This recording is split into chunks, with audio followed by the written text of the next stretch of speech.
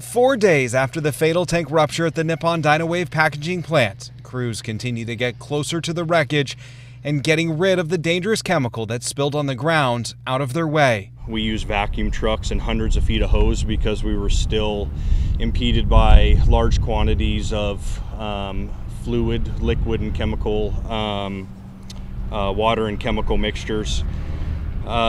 Because of that, today we were able to move further into the scene. When we got here today, those areas were actually clear of that fluid. As more than 500,000 gallons of the caustic white liquor spilled from this massive tank, it spilled into the nearby dikes and ditches. The city of Longview reiterating Friday that drinking water is safe, with the EPA adding the water that is being flushed through the ditches continues to be below hazardous levels. The last 2 rounds of results show that the pH in the water in those ditches is back to within a normal range and has stabilized. After Tuesday's tank rupture, answers about what caused it remain a mystery. Here's Nippon Dynawave Packaging Company's Director of Support Services, Brian Wood.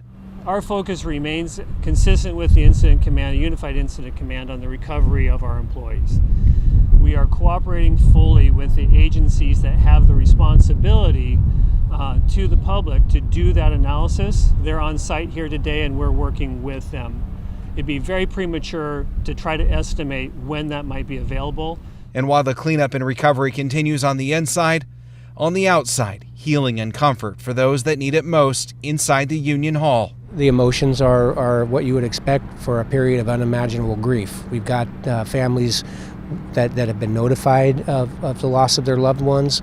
There's families that are waiting to hear the status of their loved ones, and you know that creates a lot of emotions, and it creates fear and sadness and anger. AWPPW Union Rep Josh Estes says union workers that are out of work because of this incident are getting paid, but only through June 7th.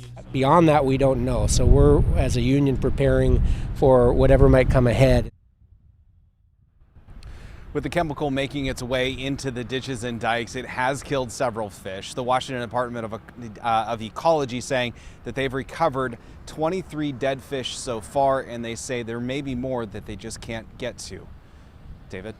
Devin, appreciate you continuing to ask tough questions in the hopes that these families will soon get some answers. Really appreciate it.